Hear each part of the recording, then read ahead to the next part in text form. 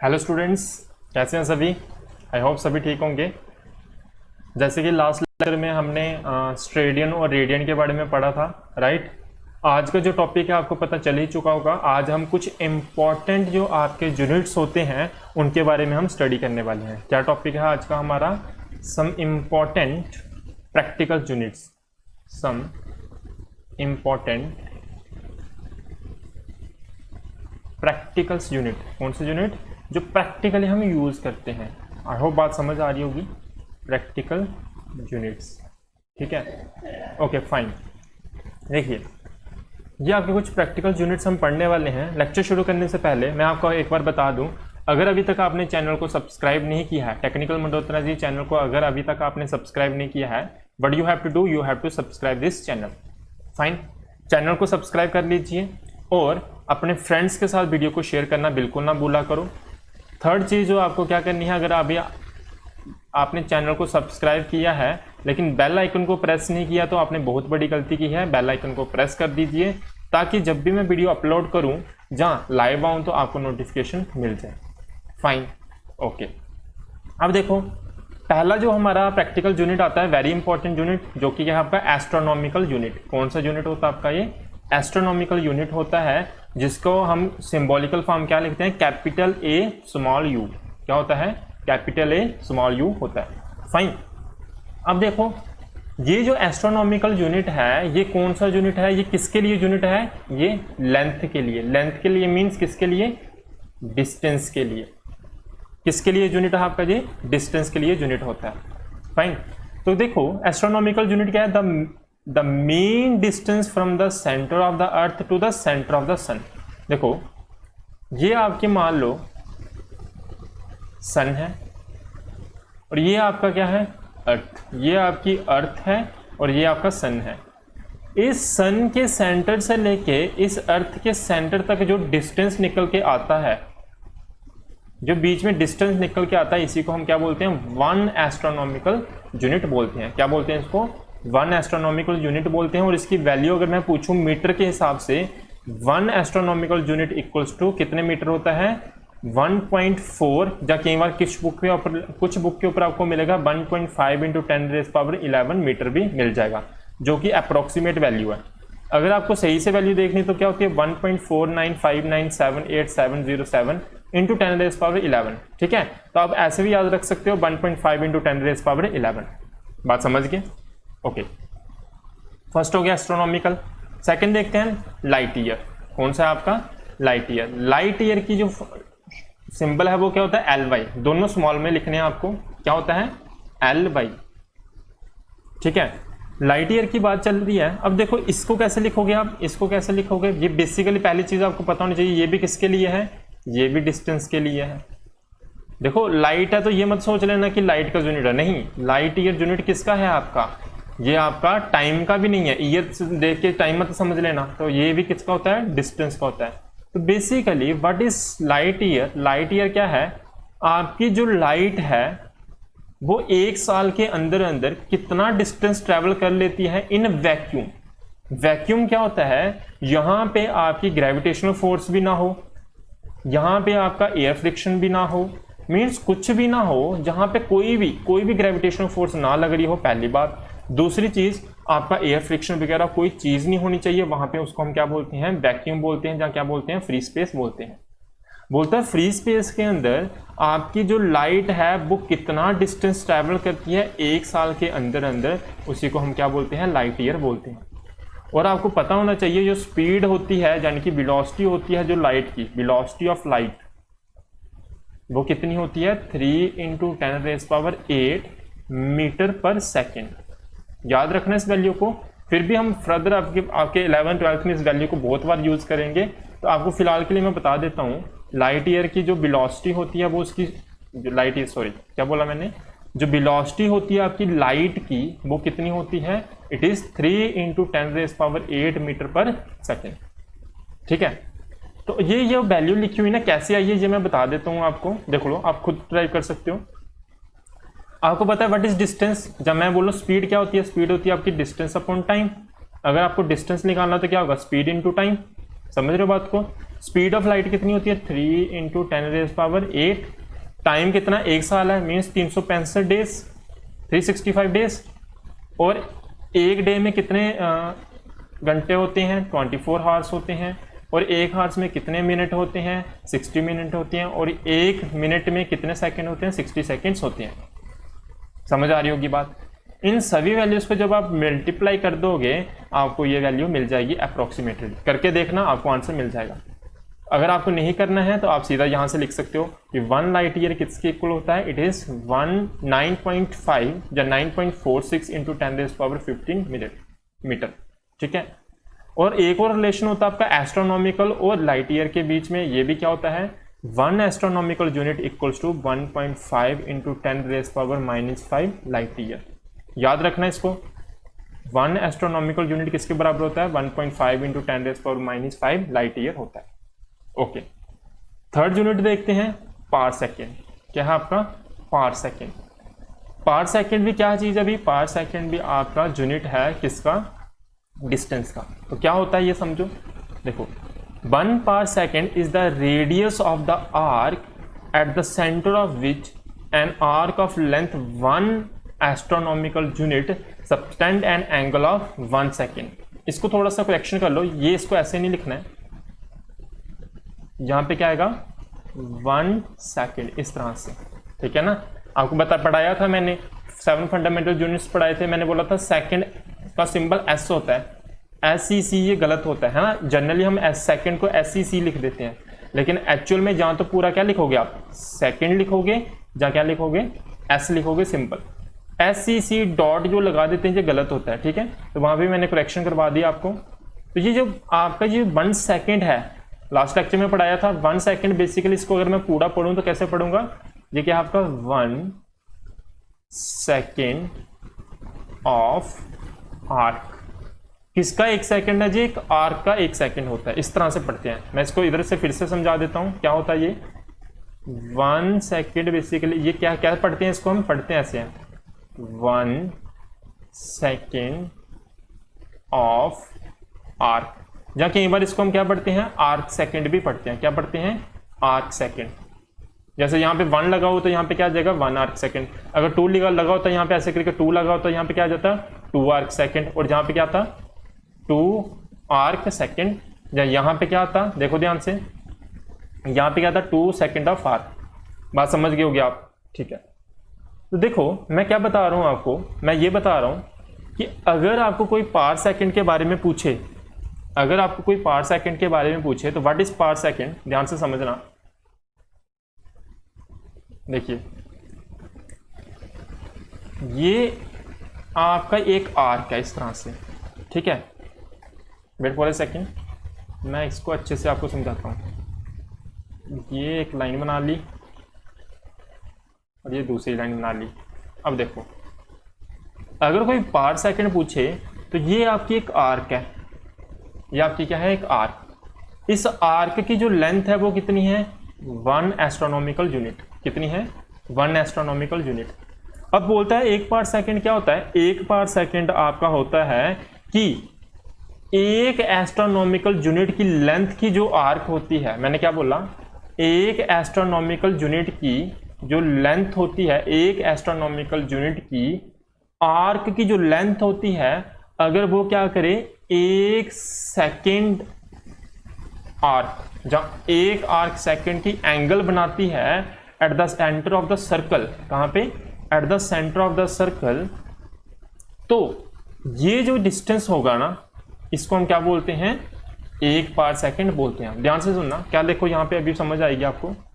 1 par second is the radius. क्या होता है is the radius. 1 par second क्या है आपका रेडियस की वैल्यू के बराबर है। किसका radius, radius of the circle. कौन सा circle, eight the centre of विच, जिसके सेंटर में क्या किया हो, eight the centre of which an arc of length, जिसके सेंटर में एक ऐसी आर्क जिसकी लेंथ कितनी है, जिसकी लेंथ है 1 एस्ट्रोनॉमिकल यूनिट। जिसकी लेंथ कितनी है 1 एस्ट्रोनॉमिकल यूनिट सबटेंड करे एंगल, कितनी एंगल सबटेंड करे 1 सेकेंड ऑफ आर्क। कितनी एंगल सबटेंड करे 1 second of arc. I hope बात समझ आएगी। मैं फिर से एक बार रिपीट कर रहा हूं। देखिए ये जो है ना, ये बेसिकली रेडियस है। तो 1 पार्ट सेकंड क्या होता है? 1 पार्ट सेकंड क्या होता है? It is the radius of the circle, it is the radius of the circle eight the centre of which, eight the centre of विच, जिसके सेंटर पे क्या हो? एक आर्क ऑफ लेंथ कितना? Of length 1 astronomical unit, of length 1 astronomical unit subtend करे angle, क्या करे? Subtend करे एंगल। कितनी एंगल सबटेंड करे? 1 सेकेंड ऑफ आर्क। कितनी एंगल सबटेंड करे? 1 सेकेंड ऑफ आर्क। उसे हम क्या बोलते हैं? पार सेकेंड बोलते हैं। क्या बोलते हैं? पार सेकेंड बोलते हैं। आई होप बात समझ आ गई, समझ गए होंगे आप लोग। याद रखना ये पार सेक पूरा लिखना है, पार सेक, ठीक है। ये भी आपको यूनिट किसका है? आपका लेंथ का यूनिट होता है या डिस्टेंस का यूनिट होता है। एग्जाम में कई बार ऑब्जेक्टिव टाइप क्वेश्चंस आते हैं, कई बार एंट्रेंस में भी आ जाते हैं। सीधा पूछते हैं पार सेकंड किसका यूनिट है? टाइम का, लेंथ का, लाइट का, इस तरह से। तो आपको पता होना चाहिए, लेंथ या डिस्टेंस बोल सकते हो। यहाँ पे एक और रिलेशन है, इसको भी याद रख सकते हो। ऑब्जेक्टिव टाइम में क्वेश्चन बनता है 1 पार सेकंड किसके बराबर होता है? इट इज 3.3 लाइट ईयर के बराबर होता है। इसका प्रूफ भी आप बुक में देख सकते हो कैसे कैसे आया। तो इतना आपको ज़्यादा जरूरत नहीं है, आप इसको सिर्फ इतना माइंड में रख सकते हो, ठीक है। कितना होता है? 1 parsec equals to 3.3 light year. Parsec समझ आ गई होगी। एक बार मैं फिर से थोड़ा सा रिवाइज करवा दूं तीनों को। देखो, एक एस्ट्रोनॉमिकल यूनिट था, एस्ट्रोनॉमिकल यूनिट था distance from the centre of the sun and centre of the earth. कितनी वैल्यू होती है? 1.5 इंटू 10⁻11 मीटर। किसका होता है? ये डिस्टेंस का यूनिट है, पहली बात। दूसरा question, light year. Light year क्या है? डिस्टेंस ट्रैवल किया गया किसके द्वारा? लाइट के द्वारा। कहाँ पे? वैक्यूम में। कितने साल में? 1 साल में। उसे हम क्या बोलते हैं? लाइट ईयर बोलते हैं। कितनी वैल्यू होती है? 9.46 इंटू 10⁻15 मीटर। वहां पे 15 था, यहाँ पे 15 पावर, याद रखना। अगर मैं एस्ट्रोनॉमिकल और लाइट ईयर के बीच में कंपैरिजन करूं, कितना होता है? 1 light year equals to 1.5 into 10⁻⁻5 light year, ठीक। थर्ड देखो, पार्ट सेकंड। पार्ट सेकंड क्या था? Part second is the radius, देख रहे हो ये cursor, is the radius of the किसका? एक सर्कल का, जिसका at the centre of which एक आर्क, कितनी arc? Of length 1 astronomical unit क्या करे? सबटेंड करे। क्या सबटेंड करे? एंगल सबटेंड करे। कितनी एंगल सबटेंड करे? 1 सेकेंड ऑफ आर्क। उसे हम क्या बोलते हैं? 1 पार सेकेंड बोलते हैं। 1 पार सेकेंड की वैल्यू कितनी होती है? 3.3 लाइट ईयर। आई होप सारी बातें आपको ये क्लियर होगी होंगी। ये हमने लास्ट टाइम कर लिया था, इसमें आपको कोई प्रॉब्लम नहीं होनी चाहिए।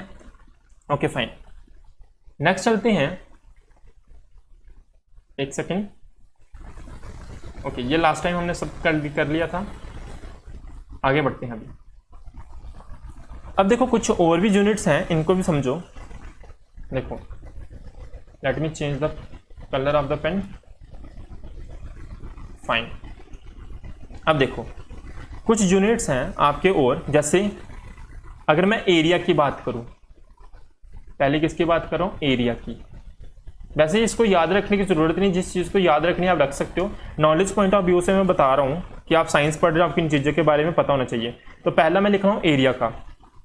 जैसे 1 एकड़, आपने सुना होगा 1 एकड़ किसके बराबर होता है? It is 4047 metre square.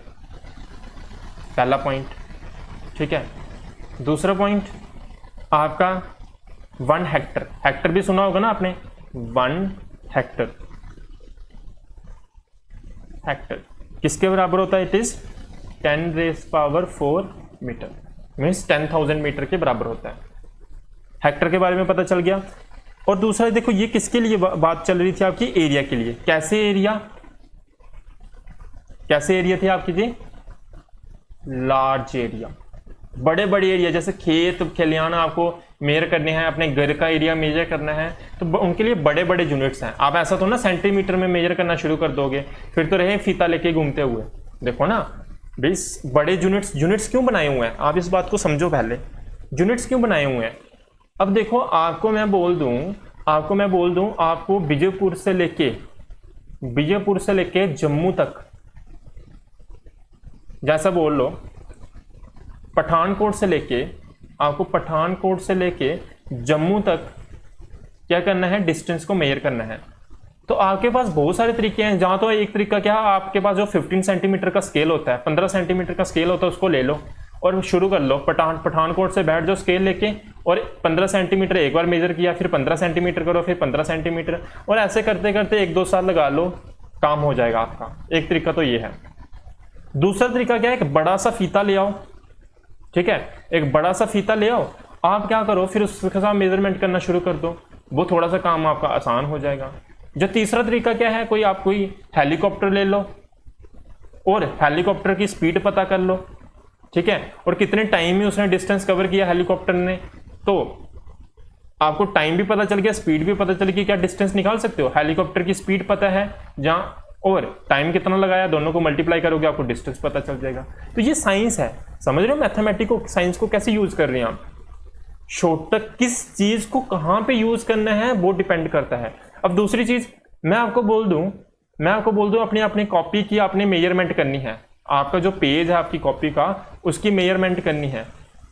अब आपको अपनी कॉमन सेंस यूज करनी है ना, उसको मेजर करने के लिए ऐसा थोड़ा ना कि एक किलोमीटर का फीता ले आओगे मेजरमेंट करने के लिए, वो तो गलत तरीका है। आपको पता है पेज का साइज छोटा है, तो आप क्या यूज करोगे, स्केल्स को यूज करना शुरू कर दोगे। वो स्केल जो कितना सेंटीमीटर का है, 15 सेंटीमीटर का है। Means depending upon the quantity का साइज कैसा है, उसके अकॉर्डिंगली हमने क्या बना दिए, यूनिट्स बना दिए, ताकि साइंटिस्ट के लिए ज्यादा प्रॉब्लम ना हो। या समझ आ रही है ना। जैसे आपने कहां से लेके, फॉर एग्जांपल बियरपुर से लेके आपने सांबा तक मेजरमेंट की, आपका आया 10 किलोमीटर। अब मुझे बताओ ये 10 किलोमीटर लिखना आसान है, 10,000 मीटर लिखना आसान है, या इस वैल्यू को लिखना आसान है, या इस वैल्यू को लिखना आसान है। समझ आ रही है बात है। तो आप बोलोगे सर ये लिखना तो बहुत इजी है, ये कहां हम जीरो डालते रहेंगे। इसलिए अलग अलग हमने क्या बनाए होते हैं, यूनिट्स बनाए होते हैं। इस चीज को लिखने के लिए आपके साइंटिफिक यूनिट्स, साइंटिफिक वैल्यूज भी मैंने समझाई थी, कोई बात नहीं। तो अल्टीमेटली मैं बता क्या रहा हूं, depending upon the size of the quantity we have categorised, किसको कैटेगराइज कर दिया हमने, यूनिट्स को कैटेगराइज कर दिया अपने आसानी के लिए। और साइंटिस्ट ने अपनी आसानी के लिए यूनिट्स को क्या कर दिया, क्लासिफाई कर दिया। समझ के बात को। ये आपके लार्ज यूनिट्स की बात, लार्ज एरिया की बात चल रही थी। ऐसी एक स्मॉल एरिया की बात होती है, छोटे छोटे एरिया अगर मेजरमेंट करनी हो, स्मॉल एरियाज, उनके लिए एक यूनिट होता है जिसको हम बोलते हैं बैरन। इतना इंपॉर्टेंट नहीं है, आपको नहीं करना है इसको, देखना तो मत देखना, कोई प्रॉब्लम नहीं है, पर लिख सकते हो अपनी कॉपी के ऊपर। 1 बैरन इक्वल्स टू 10⁻⁻20 मीटर स्क्वायर। अगर नहीं करना है तो नहीं लिखना, ठीक है। दूसरा ये देखो, दूसरा जो इंपॉर्टेंट होगा वो आपको मैं बता दूंगा, इंपॉर्टेंट है, ठीक है। दूसरा चलते हैं हम किसके ऊपर, मासेस के ऊपर। किसके ऊपर, मासेस। पहले कैसे मासेस आपके हैवी, बारी बलगम जो होते हैं। पहला चलते हैं हम क्विंटल। क्विंटल सभी को पता ही है, कितना क्विंटल क्या बनाता है बताओ, 1 क्विंटल किसके बराबर होता है, 100 kg के। दूसरा अगर मैं पूछूं 1 स्लग, एक और यूनिट होता है 1 स्लग, ये कितना होता है 14.57 kg। और एक और होता है पाउंड, कितना, पाउंड। 1 पाउंड किसके बराबर होता है, 0.4536 kg। कितना, 0.4536 kg, ओके। और एक टन भी होता है, टन किसके बराबर होता है, 1000 kg के बराबर होता है, वो मैंने लिखा नहीं। समझ गए होगे बात। ये तो चलो आपको नहीं भी पता हो कोई बात नहीं, लेकिन एक यूनिट है, अगर आपने यहाँ नहीं तो केमिस्ट्री में इसको पढ़ ही लिया होगा। ये वाला यूनिट जो मैं बताने वाला हूँ, स्मॉल की बात करूँ तो इनकी स्मॉल मासेस, लाइट वेट, जब मैं क्या बोल सकता हूँ, लाइट मासेस। तो सिंपल सी बात है, इसके लिए हमारे पास कौन सा यूनिट होता है, इसके लिए यूनिट होता है हमारा 1 एटॉमिक यूनिट। क्या होता है, 1 atomic unit, 1 atomic mass unit बोल सकते हो, 1 एटॉमिक मास यूनिट। इसकी शॉर्ट फॉर्म होती है 1 AMU, एटॉमिक मास यूनिट। किसके बराबर होता है, it is 1.66 into 10⁻⁻27 kg। Very important, physics के अंदर तो यूज़ नहीं करोगे इसको, लेकिन केमिस्ट्री के अंदर आप खूब यूज़ करने वाले न्यूमेरिकल्स में इनको, बहुत इंपॉर्टेंट है ये। क्या बोला मैंने, 1 atomic mass unit equals to कितना होता है, 1.66 इंटू 10⁻⁻27 kg। आई होप बात समझ आई होगी ये। और एक और हैवी यूनिट मास होता है, ये इंपॉर्टेंट है, ये आपको पता होना चाहिए, बहुत इंपॉर्टेंट है हैवी मासेस के लिए। देख लो इसको, हैवी मासेस के लिए। आई नो इसको आपको ये थोड़ा सा प्रॉब्लम कर रहा होगा, ये ऐसी वैल्यूज याद करने वाली है, इनको याद नहीं करना है। मैंने जिनको स्टार मार्क किया ये आपको पता होनी चाहिए, ये केमिस्ट्री के लिए इंपॉर्टेंट है। जो चंद्रशेखर लिमिट होती है CSL, कौन सी, CSL, ये आपको पता होनी चाहिए। इसका क्या फुल फॉर्म है, चंद्रशेखर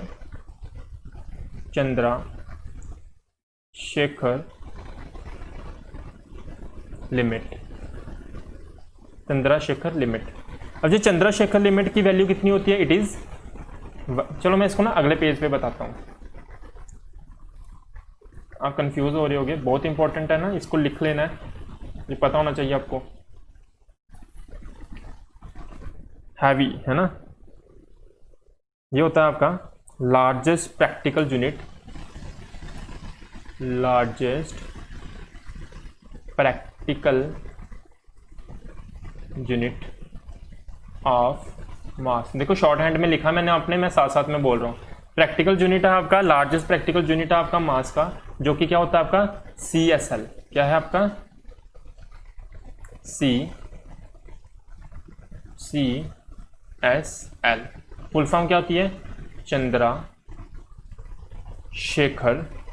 चंद्रशेखर लिमिट।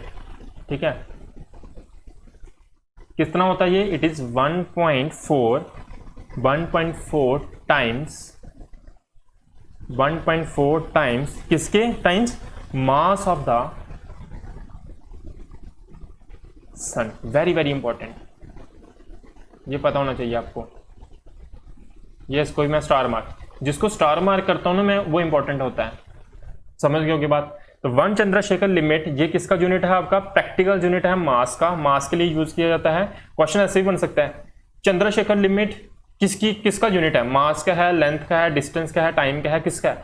तो चंद्रशेखर लिमिट आपका किसका यूनिट होता है, कौन सी क्वांटिटी का, इट इज क्वांटिटी मास। कितना होता है, 1.4 टाइम्स ऑफ मास ऑफ सन। जो सन है ना, सन का कितना गुना होता है, ये 1.4 टाइम्स, मीन्स सन के मास से भी ज्यादा होता है ये यूनिट का मास। समझ गए बात को, ओके। ऐसे बहुत सारे, आप अपनी बुक को खोल के देखोगे, आपको बहुत सारे यूनिट्स मिल जाएंगे, और टाइम के साथ इन यूनिट्स को हम अलग अलग तरीके में यूज करेंगे, आपको पता चलता जाएगा। ये आपके जैसे और बता देता हूँ, सोलर्स, एक होता है सोलर डे, एक होता है सैड्रियल डे। सोलर डे का, सोलर का मतलब होता है सन, सन के हिसाब से देखते हैं। सैड्रियल का मतलब होता है क्या, सैड्रियल का मतलब होता है आपका, ये बात चलती है आपकी स्टार्स की। सैड्रियल का मतलब पता है ना, स्टार्स। तो स्टार के हिसाब से जब हम टाइम को देखते हैं, टाइम की यूनिट है बेसिकली ये, तो टाइम को देखते हैं। ये सोलर डेज भी आपका टाइम का यूनिट है। और लूनर मंथ, लूनर का मंथ क्या होता है भाई, लूनर का मतलब क्या होता है, मून, मून के हिसाब से जब टाइम की बात चल रही होती है, पता है ना। लूनर का आपको मैं ये बता देता हूँ, lunar month, 1 lunar month equals to 27.3 days. एक लूनर मंथ जो होता है वो किसके बराबर होता है, 27.3 डेज के बराबर होता है। ये सारी चीजें हैं, ये मैंने आपको जो बताई, ठीक है, ये आपको पता होनी चाहिए। और प्रेशर का होता है, प्रेशर में जब आपको पढ़ाऊंगा बल्क मैटर वाला चैप्टर, वहां पे आपको मैं ये प्रेशर क्या क्या होता है, एटमॉस्फेरिक प्रेशर का क्या यूनिट होता है, वहां पे क्या है, वो सारी चीजें मैं वहां पे आपको क्लियर कर दूंगा। ठीक है, तो बेसिकली हमने यहाँ पे देखा क्या, ये देख लो एक बार, ये थोड़ी सी चीजें बताई मैंने और ये बताया। ठीक है, एटॉमिक मास यूनिट, ये तो आपने केमिस्ट्री में पढ़ ही लिया होगा। चंद्रशेखर लिमिट इंपॉर्टेंट है, ये पता होनी चाहिए आपको, वेरी इंपॉर्टेंट। ठीक है, ओके। लूनर मंथ क्या होता है, सैड्रल, सोलर, ये मैंने आपको बुक बोली है, बुक में अंदर आपको सारे मिल जाएंगे। ठीक है, इसमें कुछ समझाने वाला है नहीं आपको। अब एक टॉपिक बचा हुआ आपका, वो बचा हुआ आपका मैट्रिक प्रीफिक्स। क्या पढ़ा हुआ आपका, मैट्रिक प्रीफिक्सेस। कुछ प्रीफिक्सेस होते हैं आपके उनको बारे में मैंने पढ़ाना है। उसके लिए वो कम से कम आपके 10-15 मिनट लगेंगे उस लेक्चर में, वो एक वीडियो में दे दूंगा आपको कल।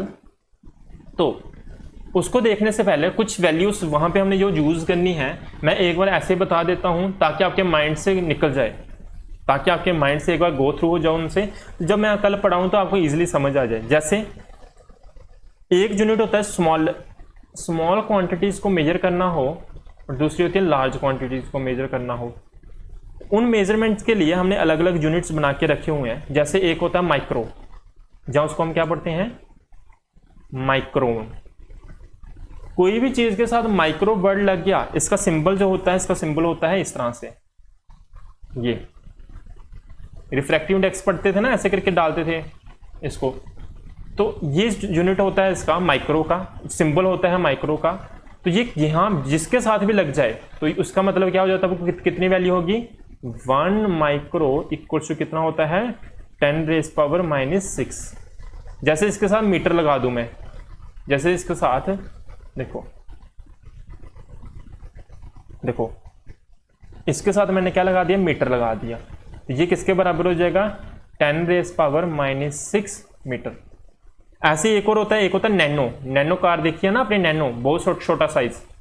नैनोमीटर अगर बोल दूं मैं इसको, नैनोमीटर, अगर मैंने मीटर लगा दिया इसके साथ, तो मैं देखो नैनो का कैसे लिखते हैं हम, एन के साथ, नैनो को लिखते हैं एन के साथ, और मीटर का क्या होता है, एम। तो क्या हो जाएगा, 1 नैनोमीटर इक्वल्स टू, नैनो का मतलब 9, एन का मतलब क्या 9, ऐसे करके याद रख सकते हो। तो क्या हो जाएगा 10⁻⁻⁹ मीटर। तो 1 nanometre equals to 10⁻⁻⁹ metre.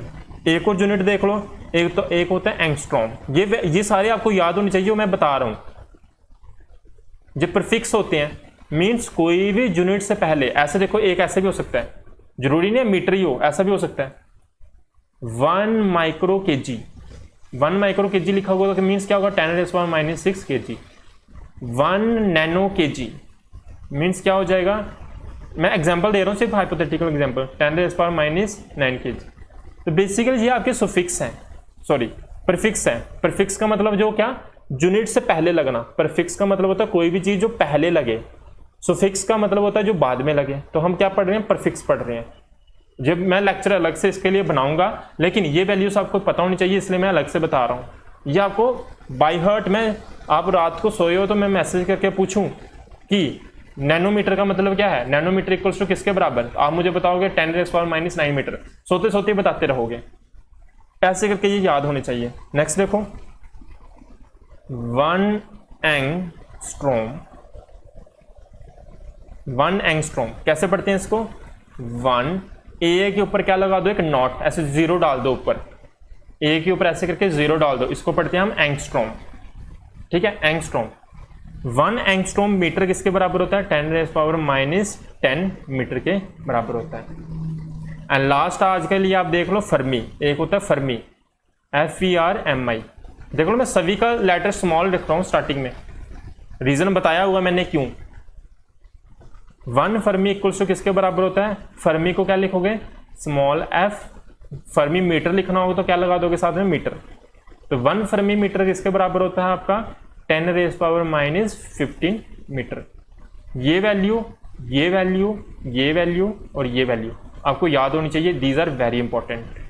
Numericals में इनको यूज करते रहेंगे जब तक साइंस के साथ, मैथमेटिक्स के साथ आपका, जहाँ बायो के साथ भी आपका रिश्ता बना रहेगा, तब तक ये वैल्यूज आपको यूज करनी ही है।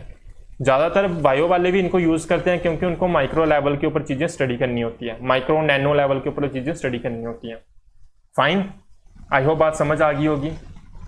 तो आज के लिए मैं लेक्चर यहीं पे वाइंड अप करता हूं। अगर आपको वीडियो अच्छी लगी है, I know this video is little bit boring, मैंने पहले बताया हुआ है आपका फर्स्ट यूनिट थोड़ा सा बोरिंग है, लेकिन ये वैल्यूज, अगर सिर्फ ये वाली values, Chandrashekhar limit, light year, astronomical unit, ये सारी वैल्यूज आपको ये चीज़ें पता होनी चाहिए। बिल्कुल डिटेल में नहीं जाना, आराम आराम से धीरे धीरे ये चीज़ें समझ आ जाएंगी। ठीक है, समझ गया, इनको याद ही करना होता है, समझने वाला इतना खास है नहीं। वो जो 3 समझाए थे मैंने, astronomical unit, light year and आपका पार सेकंड, वो समझने वाला था। तो आई होप आपको थोड़ा बहुत चीज़ें समझ आई होंगी। अगर थोड़ा बहुत फ़ायदा मिला है तो वीडियो को लाइक कर देना, ज़रूर लाइक करना। अपने फ्रेंड्स के साथ जो भी 11th क्लास में उनके साथ ये वीडियो को शेयर करना। अगर कोई 12th क्लास में है, कोई नाउन में, उनके साथ भी वीडियोस को शेयर कर सकते हो, क्योंकि मैं 12th की भी लेक्चर्स डिलीवर करता हूँ। Okay fine, have a nice day, bye bye.